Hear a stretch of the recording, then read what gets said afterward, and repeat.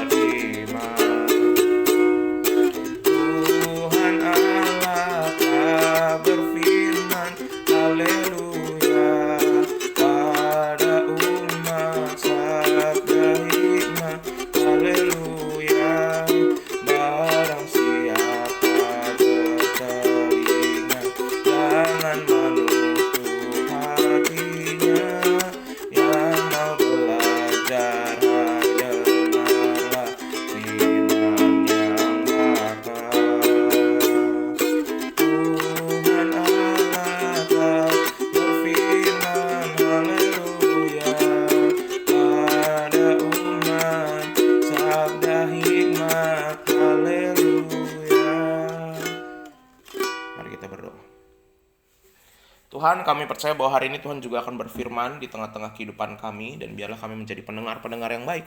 Karena ketika kami menjadi pendengar yang baik, hati kami, pikiran kami dipenuhi oleh firman kebenaran Tuhan. Hari ini kami serahkan hanya dalam nama-Mu, kami berdoa dan bersyukur. Amin. Bapak Saudara, bersama-sama kita buka Kejadian 22 ayat 1 sampai yang ke-8. Kejadian 22 ayat 1 sampai yang ke-8. Kejadian 22 ayat 1 sampai 8 akan menjadi bacaan kita pada pagi hari ini.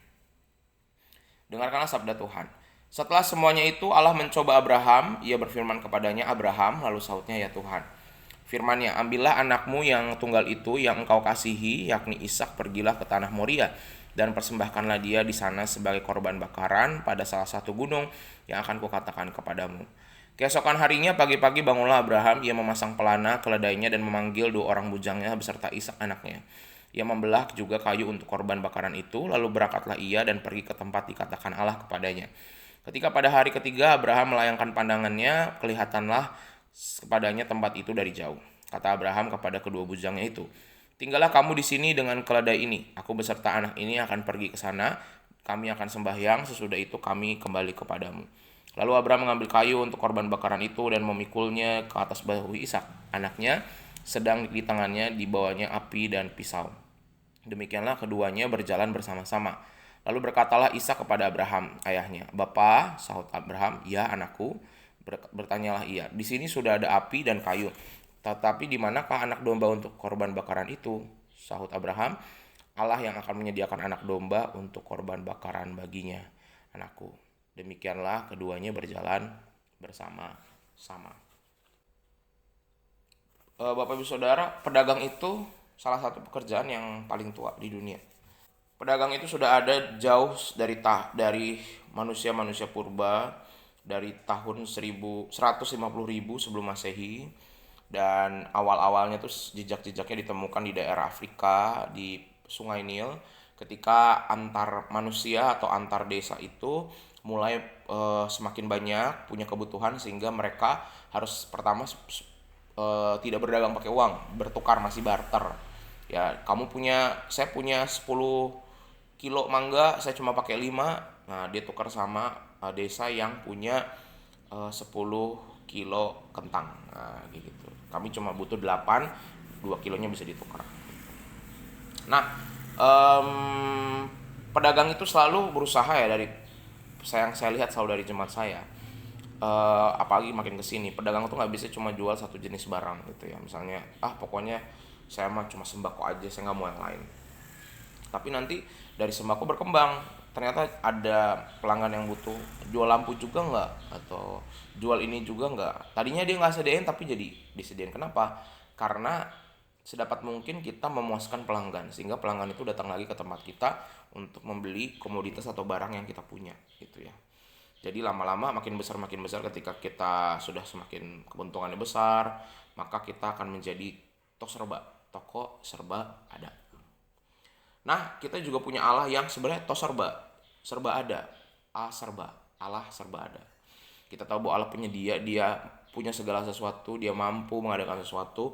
Mujizat bukan hal yang baru bagi Tuhan, dan kita percaya bahwa Tuhan mampu melakukan hal-hal ajaib dalam hidup kita.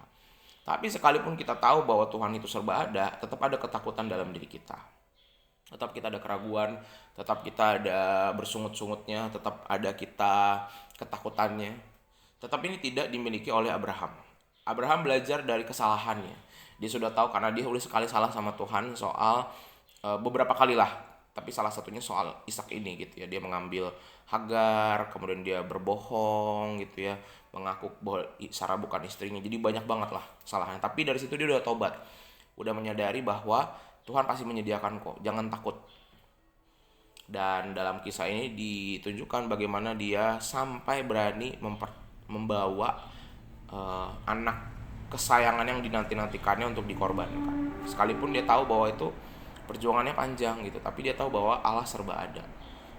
Jehovah Jireh, Tuhan menyediakan, dan dia sudah kapok dari dosa sebelumnya ketika dia meragukan Tuhan. Nah, Bapak Saudara, hari ini kita juga mau belajar bahwa Jehovah Jireh, Tuhan menyediakan. Tuhan semua ada kok. Kesehatan ada padanya, kehidupan harmonis keluarga ada padanya, pekerjaan dan keuntungan yang baik bagi kita juga ada padanya. Tetapi pertanyaannya, kita nggak boleh serakah, kita nggak boleh, Tuhan pokoknya saya maunya begini, Tuhan saya maunya hidup saya seperti ini, Tuhan berikan dong berkatnya sebanyak-banyaknya buat saya. Berkat Tuhan kan nggak cuma buat kita, satu dunia itu kan juga membutuhkan, dan kita harus sabar waktunya Tuhan gitu. Tuhan udah tahu kok postingannya, Tuhan sudah tahu kapan dia harus taruh berkat itu di kita, kapan harus di tetangga kita, kapan harus di pelanggan kita. Kita nggak perlu ngatur-ngatur Tuhan udah tahu. Yang penting kita belajar seperti Abraham, percaya aja. Sekalipun sampai di titik kalau kita harus mengorbankan hal paling penting di hidup kita, bisa tadi kalau di Abraham anaknya, mungkin kalau di kita harta kita, sudah sampai titik darah penghabisan, perjuangan kita, kesehatan kita pertaruhkan. Tapi kita harus berjalan dan percaya. Bukan hanya sekadar kita berjuang sampai titik darah akhir, tapi percayanya hatinya tidak terhubung sama Tuhan. Itu sama aja bohong. Jadi kita udah capek ya, sia-sia akhirnya kita ngerasanya. Padahal sebenarnya nggak ada perjuangan yang sia-sia kok. Cuma pertanyaannya, apakah perjuangan kita landasi sama iman, atau hanya sekedar kita kerja setengah mati. Nah, mari bersama-sama dengan Abraham hari ini kita mau juga percaya bahwa Jehovah Jireh, Tuhan menyediakan kok. Tinggal kita harus sabar aja menanti jatahnya dari Tuhan, ya kan? Orang BPJS saja kita ngantri kok, ya kan? Apalagi kalau anugerah dari Tuhan, BPJS bisa mengecewakan, Tuhan tentu enggak. Tetapi perlu kesabaran yang ekstra, karena hidup itu enggak semudah BPJS. Hidup lebih banyak kompleksitasnya, lebih ribet. Tapi kita percaya bahwa Tuhan kita mampu menyederhanakan seluruh pergumulan kita, asalkan kita sabar dalam prosesnya, mendewasa, dan berbuah dalam karya Tuhan. Amin. Mari kita berdoa. Tuhan, terima kasih melalui firman-Mu hari ini kami belajar dari Abraham.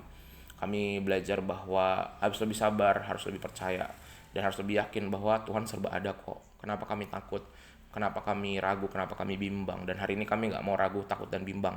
Kami mau berjalan dalam anugerah Tuhan, karena anugerah-anugerah terbaik Tuhan itu ada di ujung jalan bagi yang mau berjalan dalam kesabaran.